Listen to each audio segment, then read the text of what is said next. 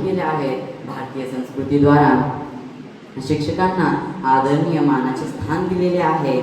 असे थोर तत्वाचे हाडाचे शिक्षक आणि भारताचे माजी राष्ट्रपती डॉक्टर सर्वपल्ली राधाकृष्णन यांचा जन्मदिवस 5 सप्टेंबर हा शिक्षक दिन म्हणून साजरा केला जातो.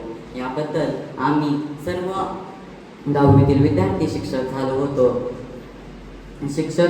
माझा पहिला तास गणितचा, मी पहिला तास 8वीच्या वर्गात घेताना मला खूपच असा वेगळा अनुभव आला की तेथील मुलं किती असं चांगल्या पद्धतीने उत्तर देतात व प्रत्येक माझा शब्द न पडता स्वतः गणितांची उत्तर देतात.